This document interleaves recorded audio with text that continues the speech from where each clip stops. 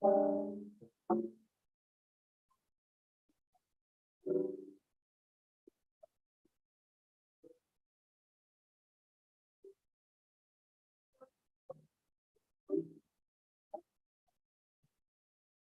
it letting you move her? Peggy, we are trying to get you moved.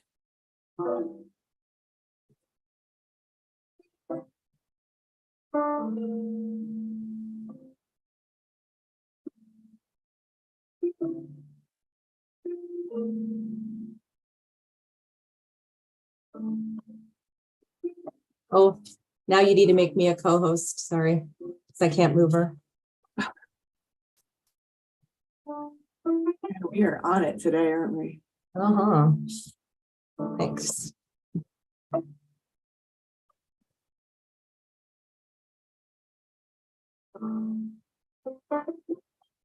I keep clicking it and it's not doing anything. Same. This isn't good. Let's see.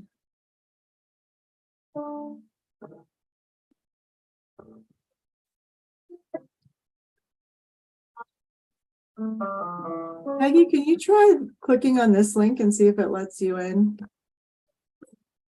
It's in the chat.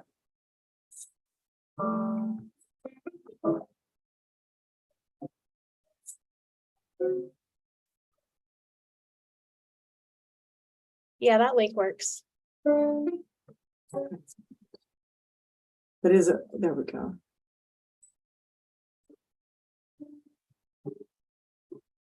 Good morning, everyone. Good morning. Hi, Justine. Hello. Good to see you all. Why can we not get Peggy over?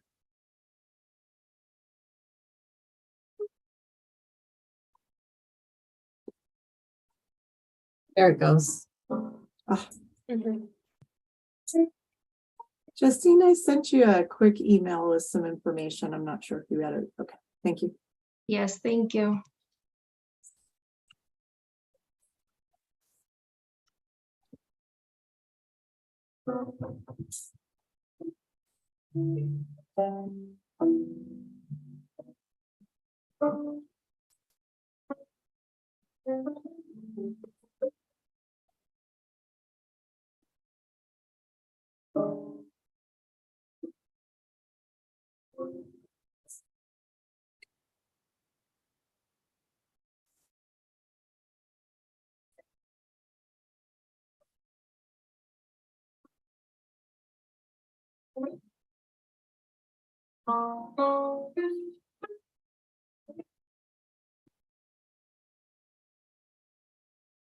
Danette, have folks been responding to your scheduling?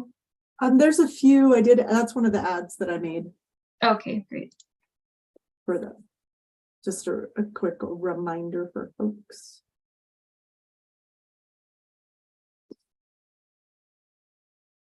Got it.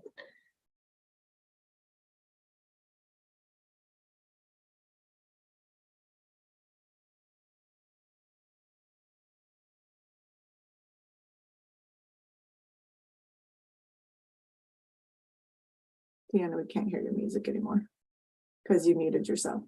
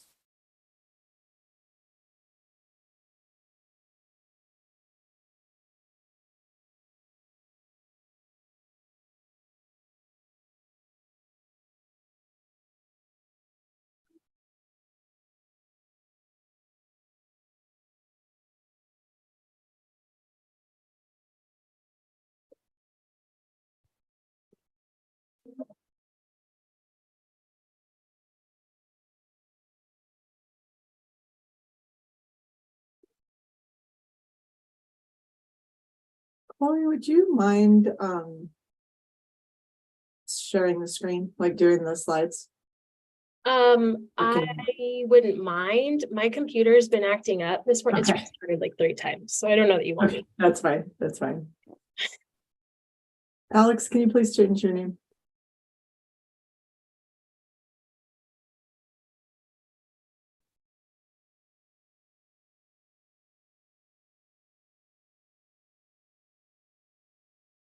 I am just trying to manage the chat and the panelists. Can do it. I've got it. I've got it open. There we go. Do you have the chat and the panelists open, Gloria? Yeah. Yes, We lost your music, Deanna. Yeah. There we go. Okay, I'm gonna close the chat. I'll leave the panelists. I got it. Thank you. Good morning, Enrico.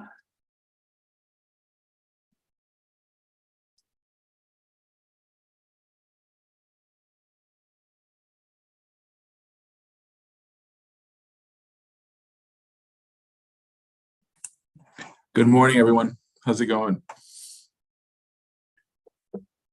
Just Your last swig of coffee there, Danette? Yes. You know, anything before 9.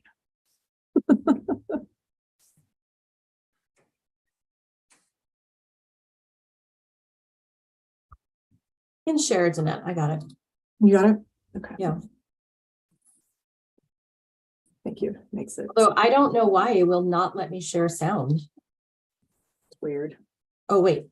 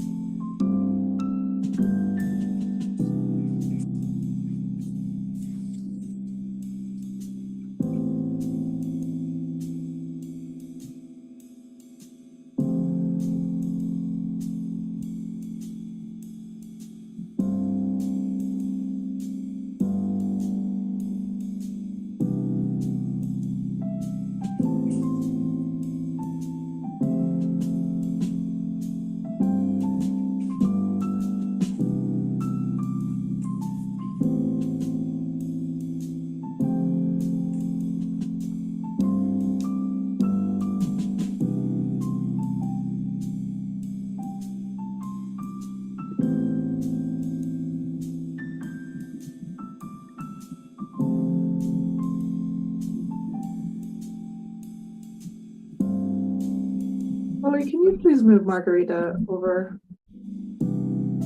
It's still not letting me do it.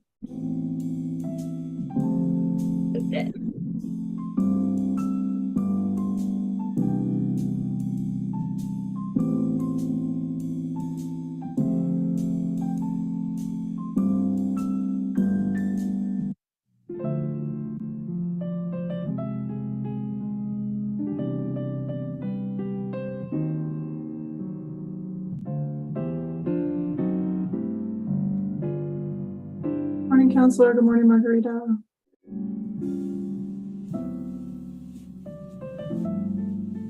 Good morning.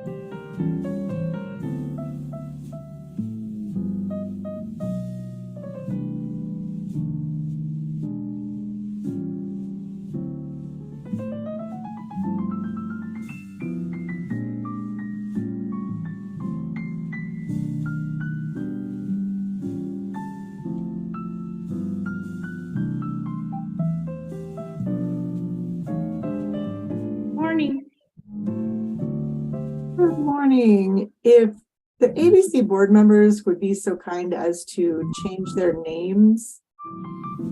It now automatically logs you in as an ABC board member with the link. So it would be easier to know who's who. Thank you.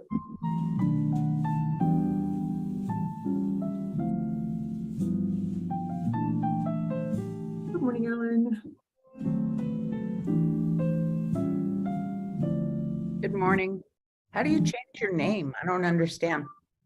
Up in the top right-hand corner, if you hover over your square, there's 3 little dots. If you click on those dots, it'll Oh. change.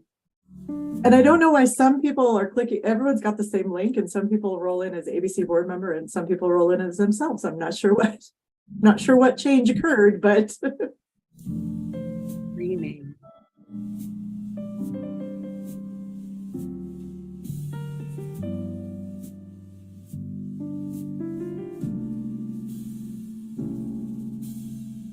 morning, Scott.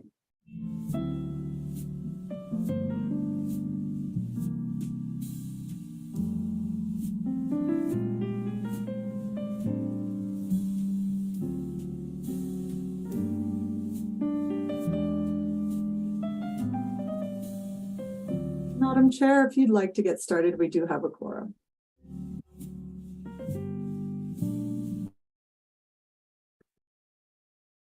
Great. Good morning, everyone. Thank you so much for joining. I'm Justine Freeman with the City of Albuquerque. I know May is a busy month for many of you, so thank you for making it today. We'll go ahead and dive into our first agenda item, which is community school development. At the March meeting, the ABC team gave us a high-level overview of a guide that was being developed to support impact and outcomes alignment with the district and school priorities. And today we have members of the guide development team that are going to walk us through the ABC Community School Transformation Guide. And Danette is going to take us through that. Danette? Thank you. I just wanted mostly to say or show appreciation for Deanna and Chloe and the coordinators that have all spent a lot of time trying to really come up with a way that captures the complex nature of community schools and is able to help coordinators and school teams really align all of their resources towards the common results that are really priorities from the school district itself and the school's local focus areas. The strategy of community schools is focused on aligning resources. It isn't about what resources you have, but about how you utilize those resources for your specific school community at that point in time. And we've been working for quite a while on trying to figure out how do we do this for someone in a way that's semi-easy to wrap your head around, and knowing that there's transitions, right? There's transitions in leadership, there's transitions in coordinators, and how do we have something that can help ease that transition so that school teams aren't starting over every time something changes. And with that, the ABC team started out really working on this guide, looking at the newest research, incorporating that research, and then they moved, as we had mentioned in a couple board meetings ago, moved into a team of coordinators who were willing to really test it out, workshop it, make some changes, give their own input for practicality, all of those things. So I'm really excited to have Deanna and Chloe really walk you through this. And please feel free to raise your hand, ask any questions along the way, because sometimes these things, when you're in the middle of them for so long, they seem very simple and easy to understand. And then when you have never seen it before, it does not seem that way. And we want that kind of feedback so that we can make sure that we're making the best tool and best guide possible. Deanna? Right, so I'm going to start just by talking a little bit about this, what you're seeing on your screen right now, hopefully, which is the theory of action. This was developed by a group called Community Schools Forward, which is a national think tank of community school researchers, practitioners, experts, mainly people from the Learning Policy Institute, the Institute for Educational Leadership, the Coalition for Community Schools, the National Center for Community Schools, and the Brookings Institute. So lots of really big minds put this together for us. And this is nationwide, was released in January. And so luckily, we were already very, very, very closely aligned to what this outlines. And so we unrolled it to our community school coordinators as soon as we got the opportunity. And as Danette said, we've been working on developing a tool to help them, well, it's a guide, to really help them make this theory of action become reality, and to put it into practice. Because as you know, the goal of implementing a community school strategy really is to transform a school. And we want that school to become a place where educators and local community members, families, and students all feel like they have a voice. They all work together with the goal of strengthening conditions for student learning and healthy development. I mean, ultimately, our goal for all of our students is that they live in a healthy environment and that they are thriving. So these partners get together, they work through this theory of action, and this, as it says on the slide here, is intended to unpack how community schools actually transform and to show the activities that they undertake through that initial commitment at the beginning to full implementation strategy, and then even what outcomes are we going to see. So our guide that Chloe is going to walk us through next really is to help them, the community schools that we work with and that we support, be able to move through this theory of action towards those outcomes and impact. So Chloe. Thank you. Next slide, please. Good morning, everybody. I'm super excited to talk you through this. I'm just really excited about this guide. We've gotten some really, really great feedback from our coordinators on this guide and how useful they feel it is, how it feels it kind of ties everything together for them. Whereas, we had all these kind of buckets of work and folks weren't quite sure what the roadmap was to put that all together. And so that's kind of the purpose of this guide. I mean, it is to unpack the whole school transformation, but a lot of the feedback that we've gotten from our coordinators so far is that it's helped them to kind of know what the roadmap is and to articulate it to all of the different stakeholder groups, to their councils. Some principals have seen this so far, and we've gotten positive feedback from that. So I am so excited to talk you through this because I think this is going to really help all of our coordinators. So we can go to the next slide. We have a fun little presentation for you that we're going to break it down step by step by step. It's a Google sheet, so it's it's a little bit intimidating if you look at it full view. So we broke it down into these slides kind of step by step. The first step is convene. That's where all of this starts. You can't do it. You can't do any of the work in community schools without convening. So that would include principal coordinator meetings and the community school council meetings. So just a place to document community school council participation and notes from the principal coordinator meetings. Next slide. So the next step is to align all the pieces together. So that would include district goals, school level goals, what kind of outcomes they're looking for at a school level, and then the community school vision for transformation. That's what that word is supposed to say. And so it's just aligning all of those priorities together, which is a whole step in and of itself. The third step is everything from the assessment process. So that would include what our best thinking is that would start with school level data, looking for stories, patterns, or trends. That could be in attendance, in discipline, it could be in graduation rates, it could be any host of things that APS already does a really good job in collecting data for. So our guidance for coordinators is start there and align it to whatever those school level priorities are. So if the school is really concerned about attendance, for example, that's where you will start and look for some patterns, stories, and trends. And then from there, you would conduct some quantitative and qualitative assessments to learn a little bit more about those stories or patterns or trends. And that would all be on students, families, staff, and community. So we make sure that we're engaging all stakeholders and getting a really representative idea of what's going on in the school behind that story or that pattern or trend. And then the next step after that is to conduct a root cause analysis. And we say it's the next step, but really we feel like the root cause is tied into every step here, because you'll learn more of the root causes as you go through the assessment process. And so it's kind of built in, but we spell it out there specifically to make sure that coordinators know that is something that needs to happen. You need to identify the root cause before coming up with any sort of plan, because we want to be really targeted and strategic in community schools, and that's how we do it. We can go to the next step. The next step is asset mapping. So what community assets might a school have that could help us address these root causes that we've found? And so it's any assets. So this is a place to document the whole the asset assessment process, but specifically to pull out some of those assets that might have some ability to address some of those root causes. So this is more of a conversation. Next slide.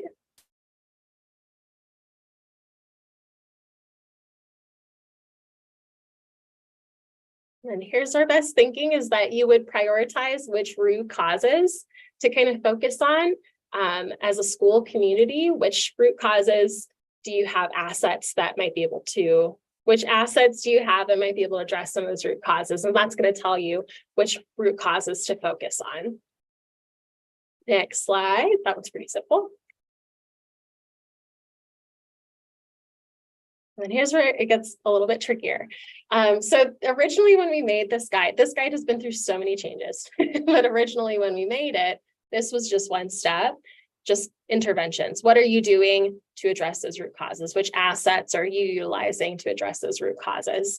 But really, it's not that simple in a community school, and we needed some way to articulate what's happening in all the 6 key practices within a school. That is the way that we kind of organize the work in community schools. And so we can go to the next slide. What we've done is on this Google Sheets, there's a different tab for each key practice. These acronyms are insane, but it's collaborative leadership, shared power and voice, powerful student and family engagement, culture of safety, belonging, and care, rigorous community-connected classroom instruction, enriched and expanded learning opportunities, and integrated systems of supports are all those 6 key practices. And so on each 6 key practice tab, there's a space to articulate kind of brief descriptions of what's happening in that key practice. What are the related priority root causes that are being addressed through that key practice? Who are the involved partners? And some program measures as well that are based off of the Community Schools Forward outcomes and indicators, which is another document that's been really helpful to us in leading and guiding coordinators and how to really measure whether or not, we're doing what we say that we wanted to do. We can go to the next slide. And again, any questions if anybody has any questions, feel free to raise your hand or unmute. Chloe, I do not know what's happening. How do I get rid of this? Press the X. Okay. Sorry, I don't know where that came from. And what's funny is yesterday I was like, how do you turn on that timer that Chloe has? I still don't know how I turned it on. I think something might have touched my keyboard, but anyhow, sorry about that, everyone.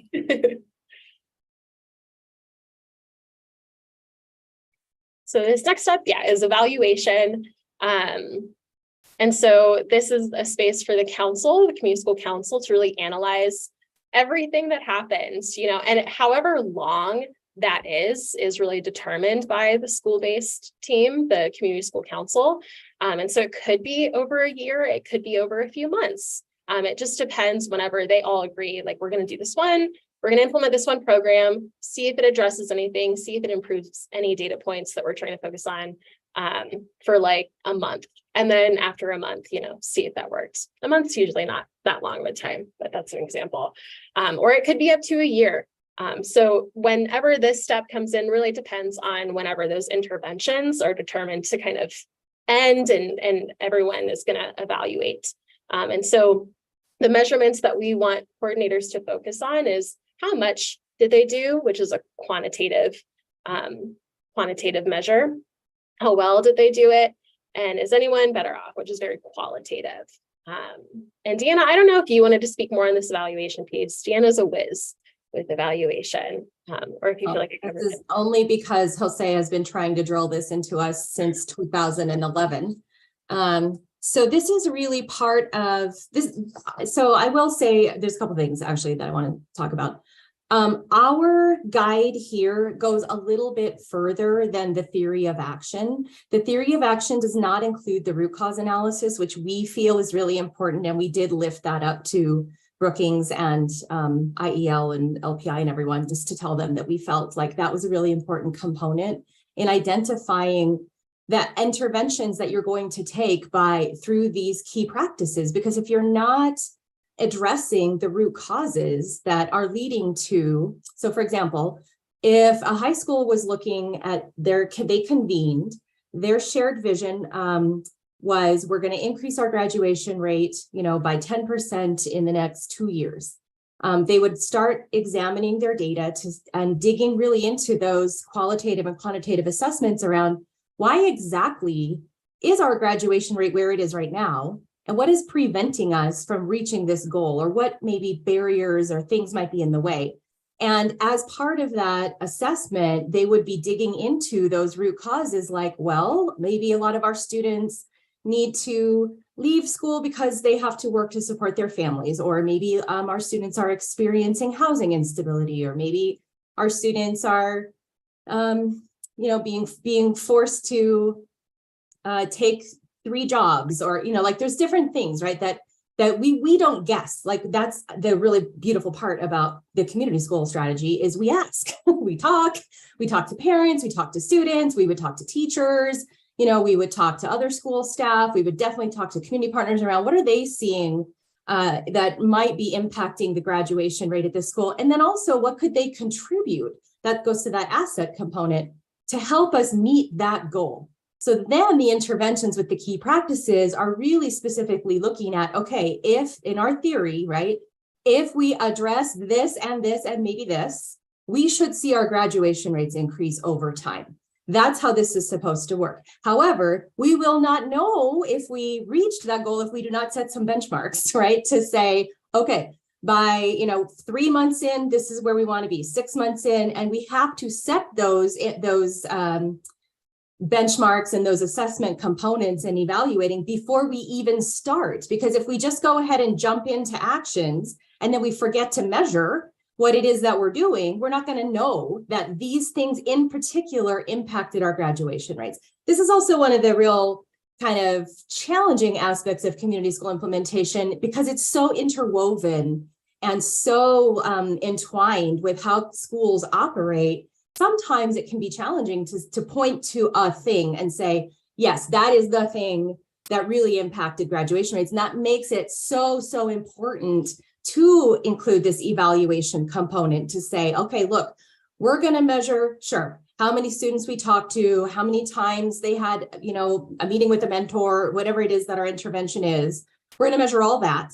We're also going to find out, well, did it work? Did the students care that someone was checking in with them every week, or, that they got support with their housing so that they could attend school more, or that they got a transportation situation worked out, or whatever it was. Like, did that work? And then as a community school, did our effort, like, are the students better off? And is our school better off because of all of these things that we put into place as part of our community school strategy? And yes, increased graduation rates would be one of those measures, but also hopefully we're seeing some overall wellness measures, right? Some other indicators of health, of thriving students, of engagement, students that want to be at school. Like, those are all kind of like additional proxy measures that we would want to see. And we're looking at really our ultimate goal is students being better off, and graduation rates is one of the ways that we might take a look at that. So hopefully that explains, probably more than you wanted to know, about how we would include an evaluation component into this guide and why it's so important. Thank you, Deanna. See, I couldn't have said all of that. That just lives in Deanna's brain. So the last step of this guide is to really tie it all together. You'll see there's a little arrow that goes back to shared vision and goals. This is a space to articulate. It's just a brief narrative of the outcomes that occurred because of all of these interventions, and ultimately like this whole plan that was put together. And so it's just a place to kind of articulate that. And in the guide specifically, there is a tie back to that shared vision and goals, to tie back to, okay, what were those long-term school level outcomes that you articulated at the very beginning? And are those the same outcomes that occurred? And it's okay if not, but we do want to point folks back to continually looking back at where did we start? What was the focus at the very beginning? And did this do what we wanted it to do? And so that's kind of how that one works. And you put this all together and you go to the next slide.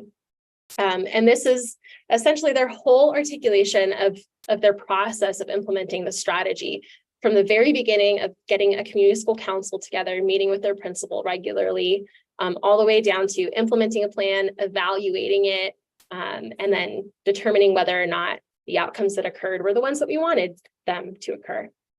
So that's kind of this guide. There's just a few notes here that I'll go through.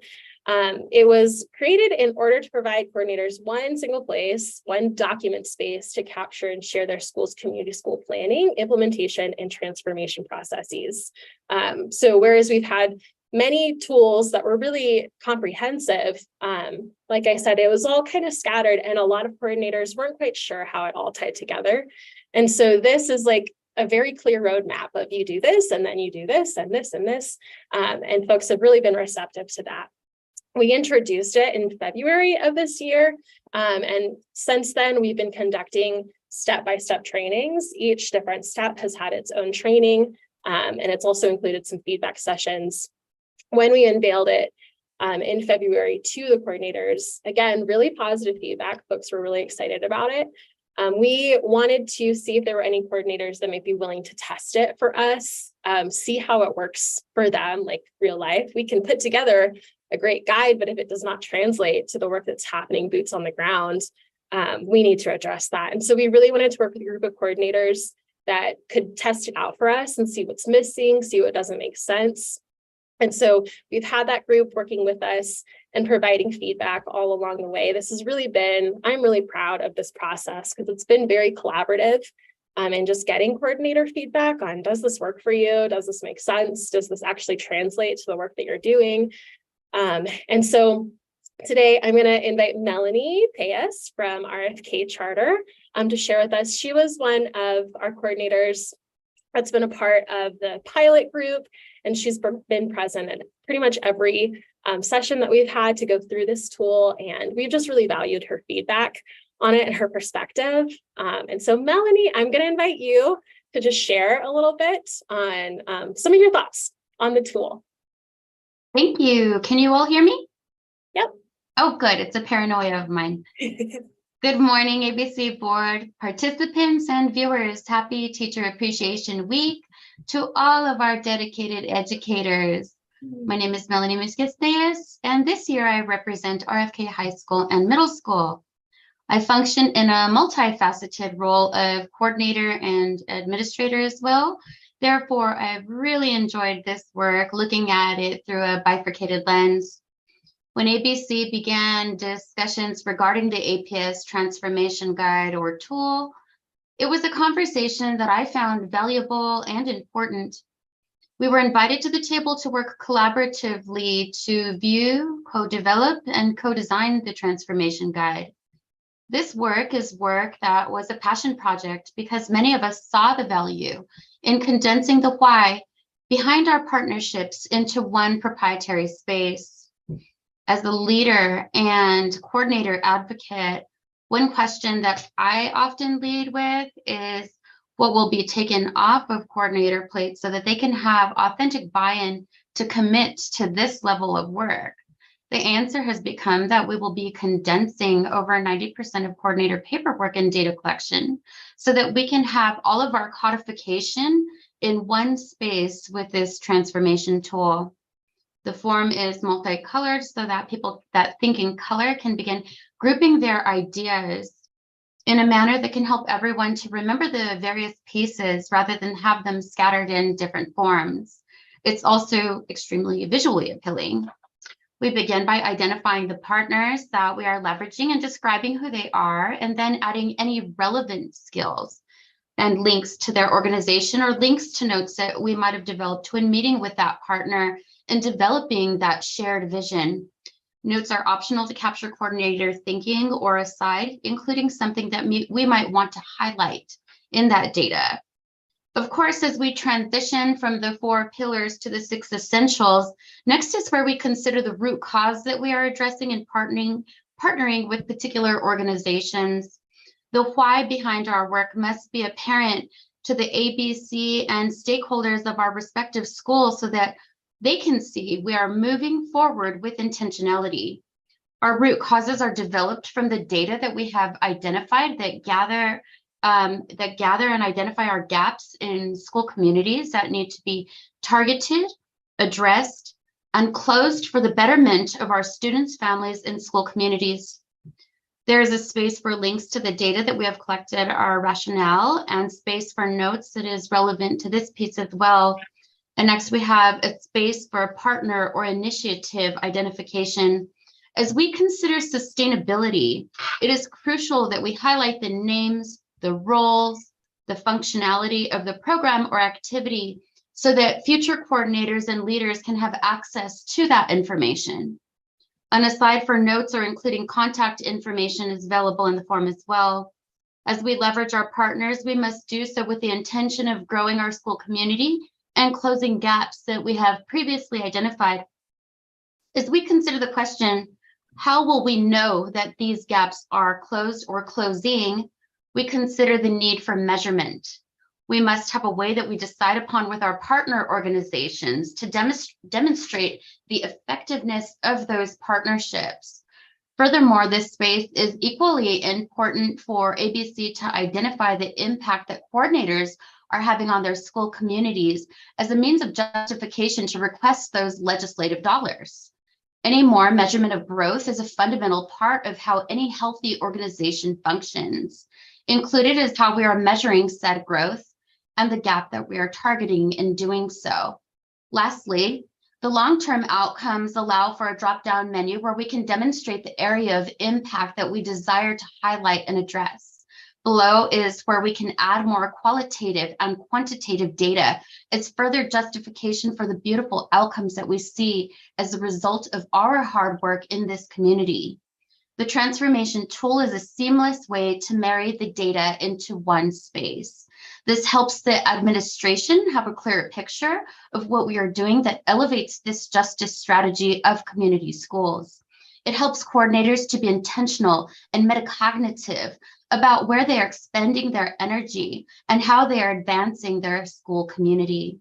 It helps stakeholders and the school community councils to see the work being done at the schools, and ABC and you as the board to have transparent thinking along with work codification condensed into one intentional space. This collaboration of this design has been fun and necessary. I want to thank ABC and the invested coordinators that have taken the time to invest in methodology that honors coordinator voice and input. As we consider the tenet of shared power, I wanted to gently plant the seed that the coordinator voice would be greatly appreciated on the ABC board as well, where the brilliant minds of the decision-making entities can come together and walk forward in true alignment. Thank you for allowing me to speak, everyone. Thank you so much, Melody. I'm so glad it was you that shared on the guide, just so eloquently put. Thanks for walking us through that. And on that note, I mean, a few things that Melanie said that I'll just kind of bring back and then I'll be done. She did talk about administration and this being something that we're really hopeful, and I think coordinators are hopeful, really elevates the role of the coordinator beyond just the person who gets the things. And it's really the person who's driving strategy and transformation through authentic community engagement, community and family engagement, to see transformation. And so we're really hopeful as we continue we're in the final stages of kind of finalizing this tool after we've worked through it with coordinators.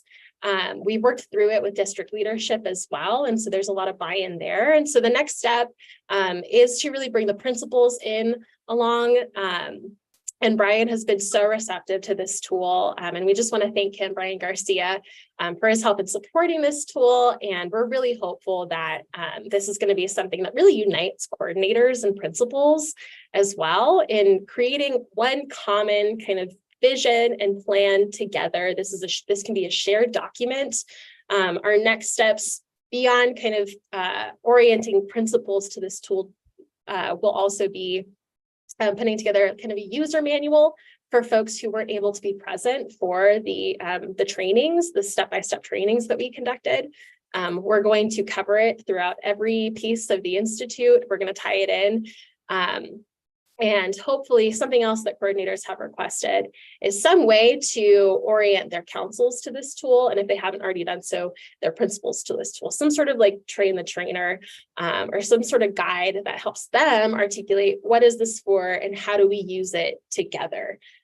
So those are the next steps to come. We're super duper excited. And we'll take any questions if there are any.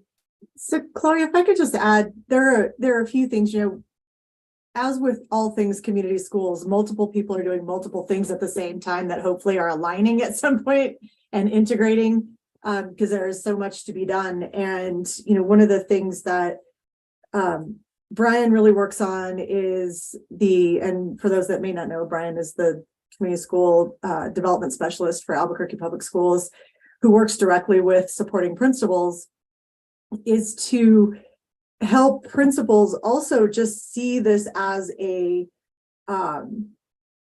the strategy as the transformative approach to delivering education within their school. So he's working in a parallel way with the principals to really look at how do you implement, align, impact, increase impact and outcomes, and then sustainability.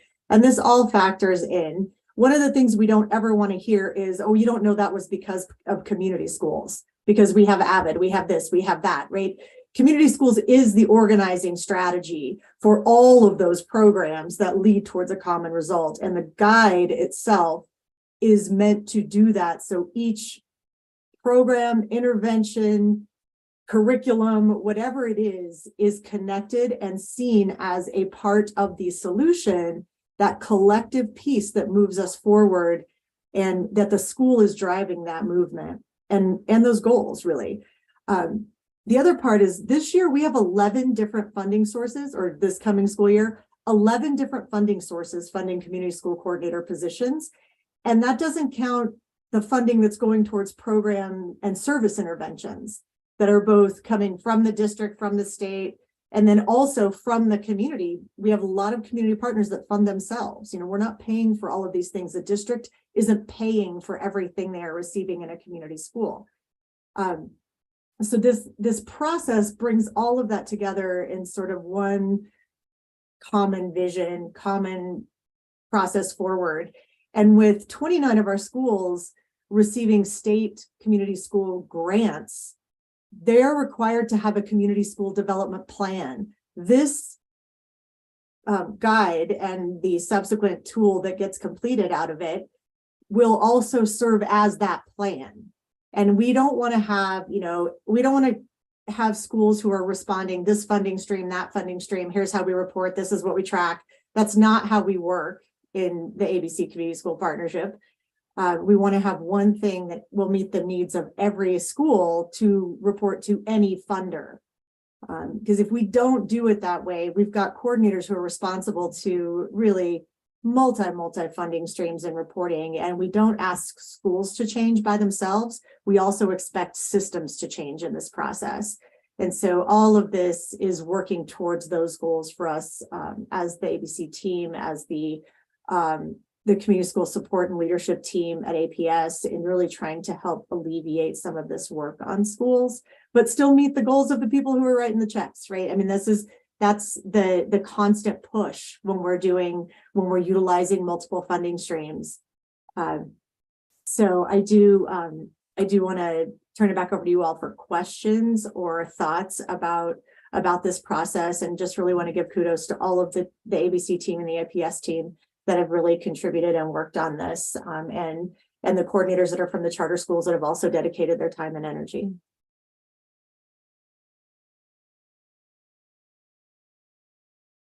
Barbara, you have a question? More of a comment than a question. I just really appreciate this work because it really has pulled together all of those different strands that people have been working on, but it really pulls it together into a clear and very communicable format for really explaining what are community schools, what is this process, and what does it mean. So huge thank you to the people who worked on it. And the other thing that crosses my mind, well, there are two points that I'll make. One is that, we have from the board our goals and guardrails, and it's very easy. Public schools, we're used to looking at academic process or academic progress. We're not so used to looking at all of the things that contribute to that. And we have this fourth goal of really looking at student well-being. And I've worried ever since we decided on these goals and guardrails that this fourth component would just be sort of left to the side, because it's not what we're used to dealing with and don't always have a real form or system for supporting student well-being. And this is the way we can do it. This is what integrates into that fourth goal. This really gives a roadmap. And so I just really appreciate this work, and we just need to keep working on deepening it. It's sort of the thing, like I said, school people are used to looking at academic progress. We don't know always the best way to do the well-being part. We have pieces, we have lots and lots of moving parts that really try to do that, but this pulls it together. So it's really essential. And I am so grateful to everyone here and the work that's been done. It's huge. And the other thing that crossed my mind, and this is really key, I think, to what Danette was just saying from the internal APS end, one of the challenges, and it became augmented with COVID, but now we need to really address, how do we streamline the access to those community partners in really pulling them in as the community school council and the community schools really do that root cause analysis and really think about what barriers our students have. There are those community partners, and I think that one of the things that we can do better as the district is figuring out where are the roadblocks that make it harder for us to access those communities or those community partners that can really help us address where those root causes are. So that's sort of one of the goals that I think we have as a district to take on.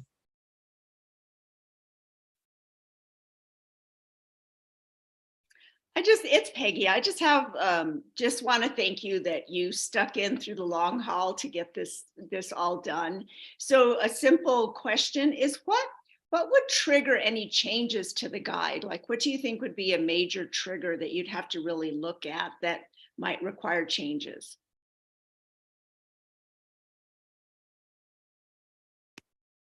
You want me to? So I think, thank you for your comments, Barbara, and thank you, Peggy, too. Really, it's anything, right? So if something, let's say, partners change, or something occurs within the community, or the data shifts, like suddenly attendance data drops, or suddenly attendance data increases, right? Because either side in this work, good, progress or, sliding backwards is just as important, because we want to expand or we want to look at it more deeply.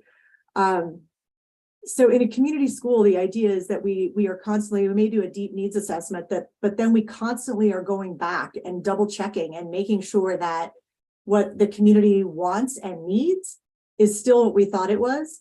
When the data isn't shifting, that's an indicator, like, okay, we thought, we wanted to increase attendance and it's not happening. And we thought we were, we put all these things in place that we really thought were going to make an impact, and they didn't. So let's talk about that. Let's go back and review it. I think the most critical piece in the community school strategy around evaluation is that data is not a hammer, it's a flashlight.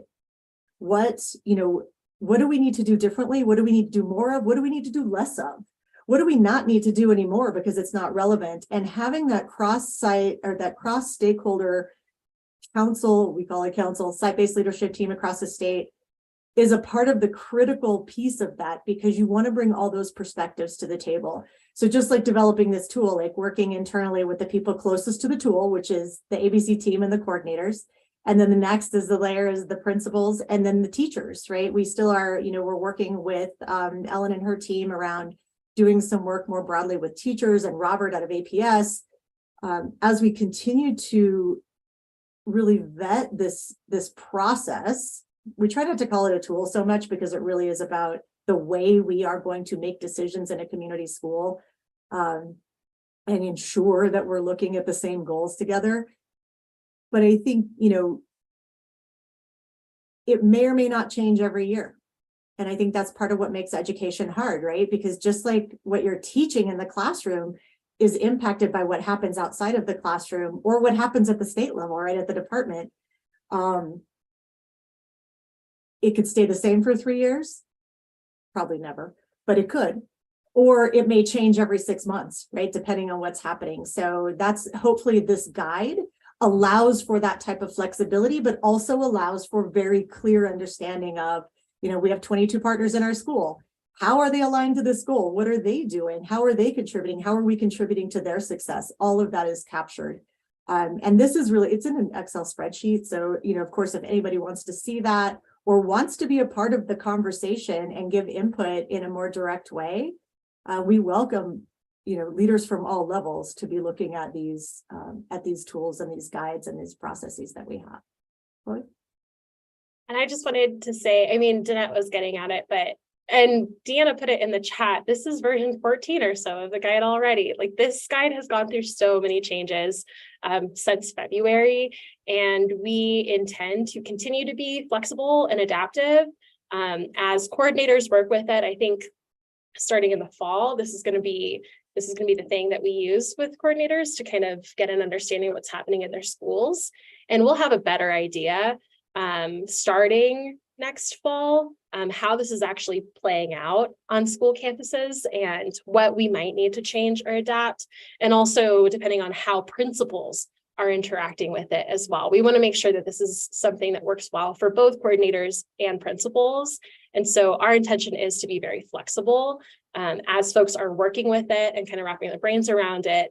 And we just want to be receptive to any feedback that anybody who has anything to do with this work might have in improving it, making it more useful, and ultimately making it something that does really articulate the transformation that is happening in a school community, and making it, again, as easy and streamlined as possible to communicate that message, and for coordinators to complete and fill out, so that we've got, by the end of the year, we've got this really comprehensive kind of story of what happened at their school. But we'll be very flexible.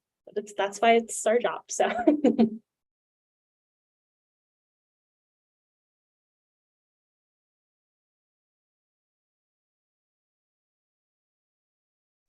Great. Thank you everyone so much. A lot of hard work went into this, so thank you for the presentation. Let's go ahead and move on to our voting items. So Danette sent the minutes from March and April over email, and we are looking for a motion to approve the March and April board meeting minutes. I motion to approve the minutes. It's Brooke West. Second. Thank you, Councilor. Eric Olivas, second. Thank you. All right, now we'll move along to community school bright spots. We have a few bright spots today.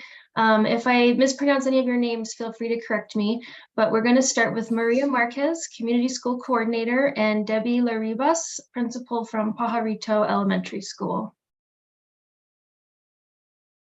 Good morning. Good morning to all. Thank you for having us. Can you hear me? Good morning. Okay, thank you. I'm Maria Marquez, Community School Coordinator here at Pajarito for the last 5 years. And in addition, I have been planning homework diners for around 10 years now. And Ms. La Rivas, our school principal, is going to join us in a little bit, okay? I just want to, we just want to share. Isn't cooperating. Oh, okay. We just want to share with you this morning, and thank you for giving us this opportunity to share with you the homework diners at Pajarito as one of our strategies to align family engagement, to build family and staff relationships. And also, we see that the diners, a space for families and students, extend their learning opportunities, and also provide a meal for all attendees in a home style setting. Next slide, please. This school year, we were budgeted for 10 diners. I hope that you can be able to read it.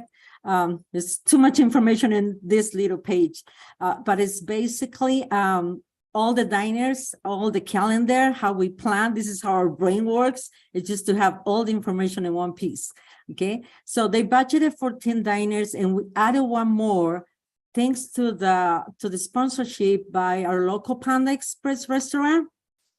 And as you can see, how the teachers sign up, all the grade levels, different teachers, they partner, they group, and they decided on the topics, on the themes, listed all the materials they're gonna need, the books they're gonna order, and the menu meals. The menu meals is the result of the input from families out of surveys, and also recommendations from the Community School Council, okay? And I just wanna say, homework diners, they don't happen just because we wanted to do homework diners. Oh, it's homework diners available, who wants to do it? No, see, coming after this 3-year pause, it was hard for us to bring families the way how we had it before involved in the school. Homework diners, it's a space for families to come and do a lot of things. We use homework diner space to do our Title I meetings, to pass information, to interact with each other, getting to know us, we getting to know them. And so out of needs assessment, talking about needs assessment and root cause, our family engagement, it was really, really low, and it was kind of like unbalancing. First, it was just this type of families, the Anglo families that were coming up, and we were losing the Latino. And then we did something else, and then we were getting the Hispanic population, but not the other ones. And then we tried to balance and then try to bring everyone together. Homework diners is the space for us to do that, okay? When we did root cause analysis, we were planning, how do we gonna bring back those families? And you know what, because we do not have a family liaison for the past 2.5 years, we were depending too much on the person. Instead, the fundings that we got, it was just, we need to become all together to bring and encourage in all these families to get involved in the kids' education. So now on the next slides, you're gonna be able to see how a lot of people are around the diners, okay? The flavors of our diners is to have different families and different teachers every night, okay? So all families are invited. They have access to a link to register so we can plan the number of meals, materials, and the setup. And the families, they get engaged, who knows, because the teacher, because the activity, because the menu, or maybe a combination of all, okay? So there's some pictures of different dates that you can see teachers around, parents helping kids. Okay, the next slide, please. Okay, I guess you just skip one. Well, that's okay, this one. So the homework diners opens opportunity not only for our students, but also for middle and high school students who are working on their bilingual seal. How did that happen? So these three pictures shows the elementary, middle, high. The Pajarito 5th grade students, they own the food pantry. We have an emergency local food pantry, In our side, so our students, they rotate the food according to expiration dates. They build boxes according and then balancing to have enough protein, grains, veggies, fruit, and they get to know all these ingredients to make up a good and healthy food bags. Okay. And so they make boxes to distribute it on a monthly basis. And also they prepare some number of boxes to give away during the diners for those families in need and who they now have an opportunity to come during the monthly regular distributions. Okay. We have 2 Polk Middle High Schools who are greeting the families at the sign-in table during diners, and they help us to pass and collect as well surveys from the families. Our Rio Grande High School students, this is something unique. This is something unique because you know what? Some families, they join Homer Diner and they come straight from work. Many of them, they need a safe space for their students to be from the school dismissal time until the diner starts.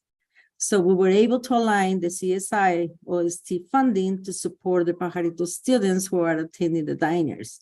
So the high school students, they do sports and outside activities with the Pajarito students, of course, because they're all underage or at least under 18. So they are with the supervision of an adult until the parents come and enjoy the diners, okay? Again, this is a picture for dinner time. So what everybody helps. And then you can see a little sample of how the tables look like. And teachers are serving, families are serving to other families. Their parents are serving their own students. And they can just cross tables. Oh God, we're running out of mashed potato here. So they are able and they feel comfortable to get up and then, so I'm gonna get mashed potato from the other table and so on. So, and at the end, everybody helps. So, and then we just tell them, and then we put a poster. I didn't put any picture on that one, but we put a poster for the schedule, how the diner is gonna look like. And also another poster where our family specialist put a sticky notes and then she requests, and then as they sign in, that she's inviting this. Are you gonna help us tonight? Are you gonna help us at the end? Oh yeah, so we got 2 people who sweep, 2 do the tables, 2 they're gonna mop, and at least 6 they're gonna do the dishes, because you can see they're real dishes. This is like inviting your families to come to a restaurant, relax, and work with us. Okay, and this is a couple of samples of teachers and families working together. Okay, okay, so here's Ms. Larivas. Okay, now I get the fun part with the hard data. This particular graph is, the yellow is the number of staff that were participating with us. Each week we've had a different grade level or group of teachers participate, but it's open to the whole school. But that group of teachers plans the meal, plans the activity, well, not the meal necessarily, plans the activity and does the recruiting. The blue is the number of families. And we, based on our budget, we can only take about 25 families, but it's also an average of 75 participants. So some of our families bring many more than just themselves. We have preschool kids that are not in school yet. We have our middle school kids that are coming to join us. We have their high schools. We have mamas and daddies. So even though we may be 25 or a little bit less than 25, we routinely have over 75 people. But what we have found out, and this is the same as in previous years, February doesn't work so well. And we think it's the cold, the dark at 5 o'clock. We're not quite sure, but this is a pattern we've seen in the past. We weren't able to have any diners in the fall this year. We didn't have the funding. So we might have to kind of look at our schedule and possibly not do any in February just because of the weather. Next slide, please. One of the things that we do after every family diner is we have a survey that families fill out. it's got the quantitative data. Did you like it? Did you like the food? Did you enjoy the activity? Yes or no? But there's also a space for them to put their comments. Maria and I pulled these just in 2 nights that we were kind of just scrolling through very quickly. But for the most part, they enjoy the activity. They're glad to spend time with their kids. They're glad to spend time with teachers. Most of the negative sometimes is they didn't like the particular menu, but we can't always please everybody. But most everybody is just thrilled with this opportunity. Oh, as part of this, they also, many of the times they read a book.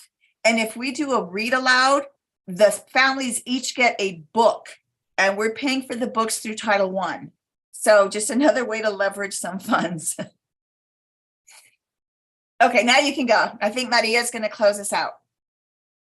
Okay. So the goal is because the budget and the number of families that will serve.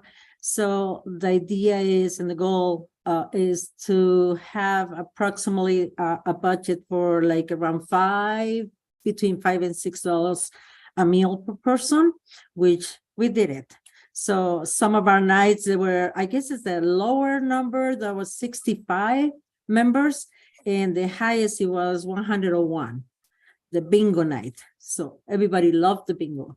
Okay, so this is the way how the leverage looked like at Pajarito. So we're using city funds thanks to the support of the ABC Community School Partnership that pays the food, the chef, and that's a glitch right there for our diner specialists. And I want to say something about the diner specialists.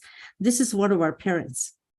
Miss Nereida has been working with us doing diner. I say this is probably, she did the pandemic years because we did it virtual. We never stopped doing diners, not even then. So she did it during the virtual time, and probably a year before and this year. So probably 3-4 years. And then so she is amazing. So it's a lot of support. Like I said, this is one of our unsupervised volunteer, not only doing diners, but she does a lot here at Pajarito. So we leverage having volunteers, a lot of parents helping us to do the setup and the cleanup time. And also the kids cook chef, Mr. Javan, thanks to his experience, dedication, and support. So he was cooking all the meals for us here in campus. Okay, so we got a little extra funding from ABC to help us because, of course, we cannot use the cafeteria. What are we gonna cook? So we are the only ones. We were the only ones, I believe. We were the only ones doing diners. So we didn't have a chef. We didn't have a kitchen. We needed to license something. So we were looking different avenues. We look into the community school at Los Padillas, the community school, the community center at Los Padillas. And it was a lot of requirements, and it was going to take us another year to go there. We were looking, and I guess it's the closest solution. So we're going to license, we're going to push hard to license the culinary class kitchen at Rio Grande, which makes more sense because this is our feeder school. And by licensing the Rio Grande High School kitchen, that opens the opportunity, hopefully that opened the opportunity for more schools and Zone 2 to join diners, so we can have a chef to cook for all of us, right? Okay, and I guess that's it. If you have any questions, thank you for letting us bring a little corner of Pajarito. Thank you so much, Maria and Debbie. That's great to see. We appreciate your presentation. Thank you so much. We are running a bit over, but we're hoping folks can stay for another 10 minutes or so. If you have to hop off, we understand, but please stay on if you can. And I see a hand from Mr. Elder. Yeah, just real quick. I'm disappointed I wasn't invited for the Autobahn mac and cheese night. So maybe next year they'll remember me. You know, Chubby's got to eat. So. Okay, everyone, write down. You got to get the invitations right for next time. Okay, thank you. So we now have Lori Lehman, APS Esports Project Manager. Thank you so much for letting me speak and share a little bit about our program, which has been going on for 5 years now, and we've increased our numbers. We started the program because it was a way to reach students who couldn't participate or didn't have the desire to participate in traditional sports or activities. And they had a passion for esports, and it was a way to reach them. We started with very small numbers and eventually extended it to elementary, middle, and high school, and went from under 100 to over 1,200 students. I'd like to let the students do the talking. If you'll take a look at this slide, you can see these are quotes that I get from scholarship applicants when they express what esports has done for them, why they want to be involved. Many of them express that they're introverts and they've never ever had the chance to belong to a club or be on a team.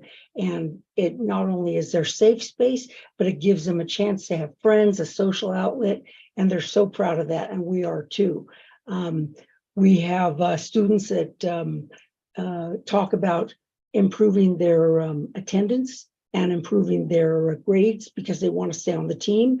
You can't be on the team if you don't have a GPA, no D's or F's allowed. So they really work on that. Kids want to keep improving, they want to keep playing. And as we had a weekend event with the NMAA, the New Mexico Activities Association, who has esports as an activity, we had 1,500 people show up for that event. Thursday, Friday, and Saturday. And viewing online, we had over 10,000 people watching online. It was really cool. Next slide, please. So, as you know, we started 5 years ago with fewer students. It really teaches students skills such as leadership, teamwork, critical thinking, logical reasoning, and so much more. It's gender neutral and inclusive. From our experience in esports, we formed NMSEF, which is the New Mexico Scholastic Esports Federation, because we felt the need to bring credibility to our program. And to do that, we wanted to have a STARS code and start a class. We did receive that. We are starting a class in the fall. And we're very excited about it. It will only be with high school this year, but hopefully we can expand the following year.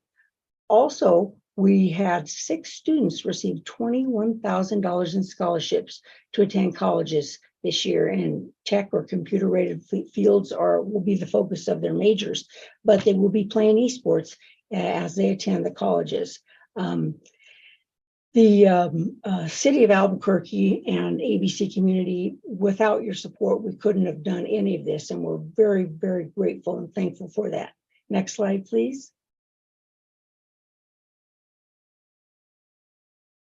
So Lava Land is one of our elementary schools, and Melissa Mays, their coach, had a field trip and brought the entire group of her students to our NMAA state finals this last weekend. They had a great time. Dr. Richard Bowman has been visiting different schools. He's the one who started the program. He and I started it 5 years ago, and we went to Trace Volcanis, and he got to see the kids play and how they enjoy themselves. Marta Anderson, who you see pictured down there with me, has been an incredible coach and supporter of esports. She actually had a class this last year, and it's not just a class where they play esports. They do many other things. They learn to code. They learn to devise game design. They've worked with 3D printers. They learn how to produce media. They talk about exercise programs for students who are involved. They talk about healthy eating. They do so many exciting things. So we're very excited about that. And one of our other schools, Highland, we're very proud of Highland. This year, Highland took 4th place in Super Smash in 4A, and we're so proud of them getting up on stage. All the kids want to be out there and show everyone how well they can do. And we're extremely happy to be able to sponsor this program for Albuquerque Public Schools. Thanks to you, we're able to do it. Appreciate it so much. Thank you, Peggy. And Peggy is a great supporter of ours. She comes to all of our events. We appreciate that. Thank you so much. Wonderful. Thank you, Lori. It's great to see an opportunity for kids who might not be able to connect in other ways. So great job. Thank you. All right, we would like to give a quick shout out to a group who put together the very first annual New Mexico Community School Conference yesterday. So that is Brian Garcia, APS Community School Development Specialist, and New Mexico Coalition for Community Schools Capacity Building Co-Chair, that's quite a title, along with committee members Sean Morris from RFK Charter School, Principal, and Chloe Cawthon from the ABC team. So thank you all for putting together the very first Community School Conference. And now we will move along to board member announcement and requests. So are there any announcement or discussion items that board members would like to share?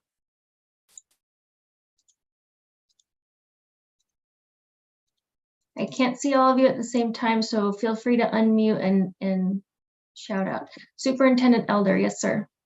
Just two quick things.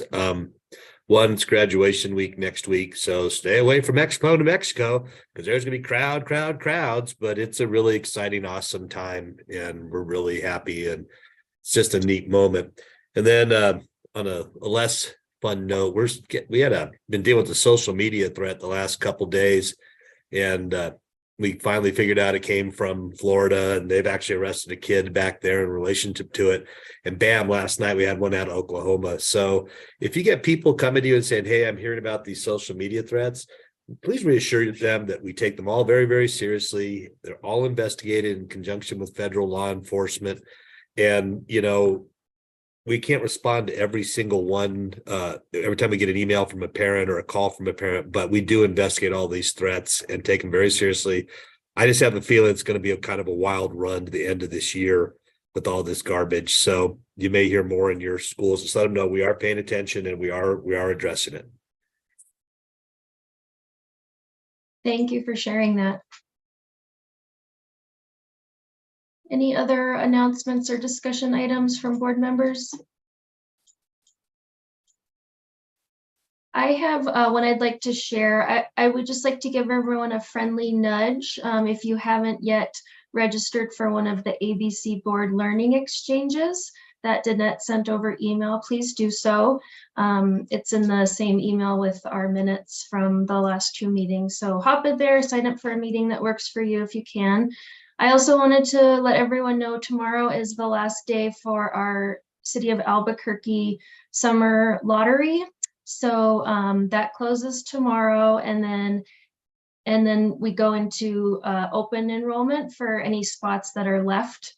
But tomorrow the lottery closes. So if anyone is interested in signing up for summer programs at your schools, tomorrow's the last day to get in the lottery at play.cabq.gov. And I think, is this flyer here a community announcement? This is from Garfield STEM Magnet and Community School. They're having a really super fun STEM event tonight, and they wanted to let everybody know they were invited.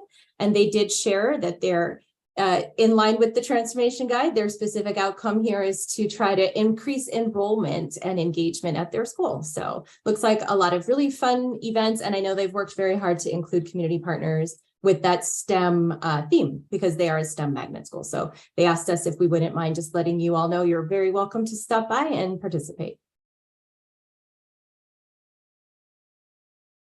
Thank you. Any other community announcements? Okay, great. Well, our next meeting will be August 10th at the same time from 8:45 to 9:45 on Zoom. Please go ahead and fill out the learning exchanges before then, the scheduling poll, and otherwise we will see you